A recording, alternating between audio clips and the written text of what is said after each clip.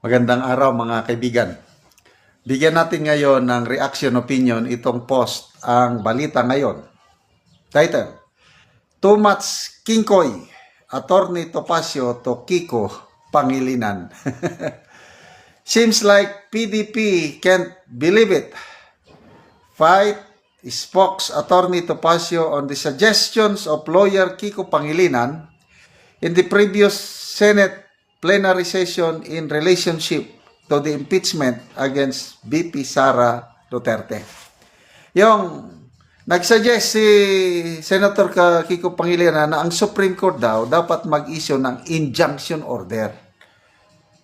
Sabi naman ni Attorney Topacio, bakit kailangan pang injunction order na immediately executory na yung decision? Kaya, too much king ko yan, sabi niya. Yun nga, sasabihin. Ano mo na lang, eh.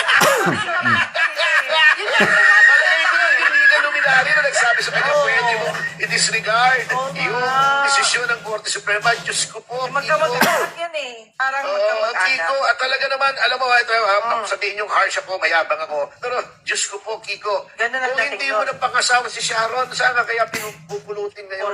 Correct. Injunction? Sharon Really? na lang? Really? Really?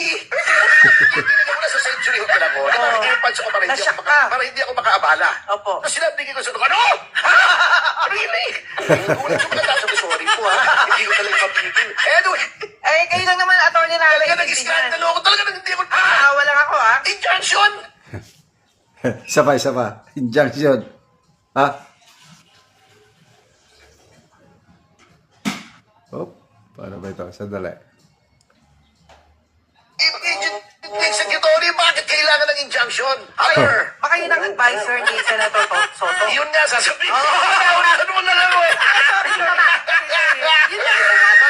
Hindi ka luminari na nagsabi sa kanya, pwede mo i-disregard yung desisyon ng Korte Suprema. Diyos ko po, Kiko. Magkamag-anak yan eh. Parang magkamag-anak. Kiko, at talaga naman, alam mo, ito, sabihin yung harsh ako, mayabang ako. Pero, Diyos ko po, Kiko, Ganda ng kung dating hindi mo doon. na pangasawa si Sharon, saan ka kaya pinupulutin ngayon? Correct. Injunction? Really? Sharon na lang? Really? Really? Hindi mo na sa century hotel ako. Nakakipans ako Nasyak ka. para hindi ako makaabala. Opo. Tapos sinabi ko sa ano? Really?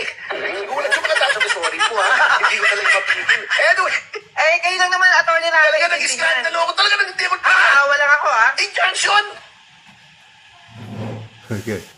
So, ayun. Sabi niya, okay lang daw kung si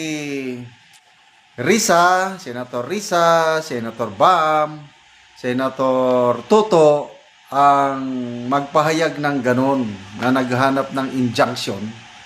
Kasi hindi sila abogado. Okay lang yon, naiintindihan niya.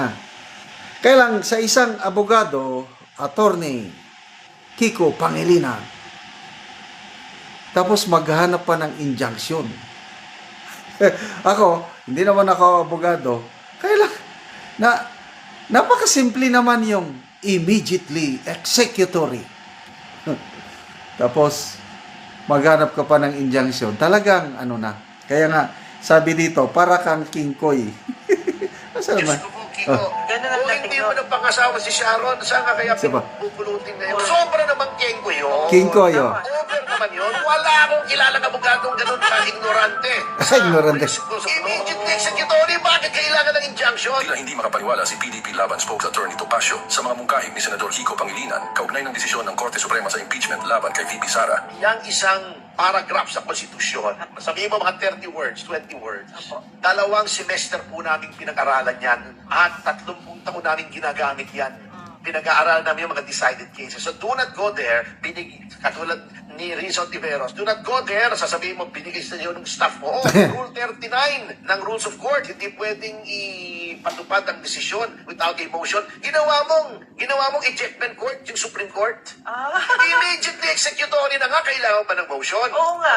Nagtaka ako. Excusable kung si Bam, Si Yan. Risa magaganon. Ang hindi excusable, eto, nahilo ko, siguro mga 20 minutes akong hilo. Opo. Tumayo pa naman si Kiko Pangilinan doon, sinabi, bakit daw kung gusto ng Korte Suprema na pigilin ng Senado na ituloy yung trial, dapat daw nag-issue ng injunction?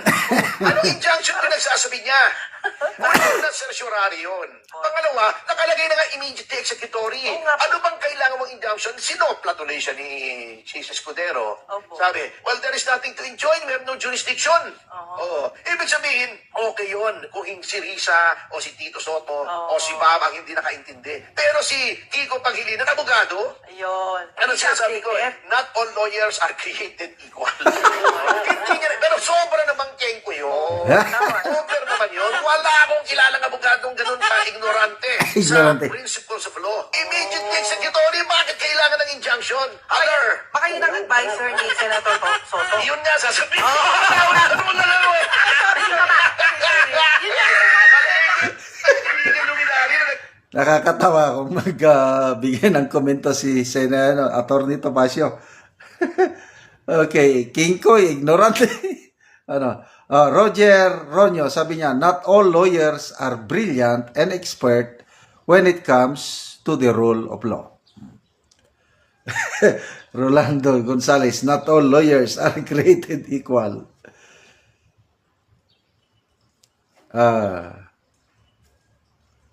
Ausayo ante, wag nyo namang pagtawanan si Kiko Kunita.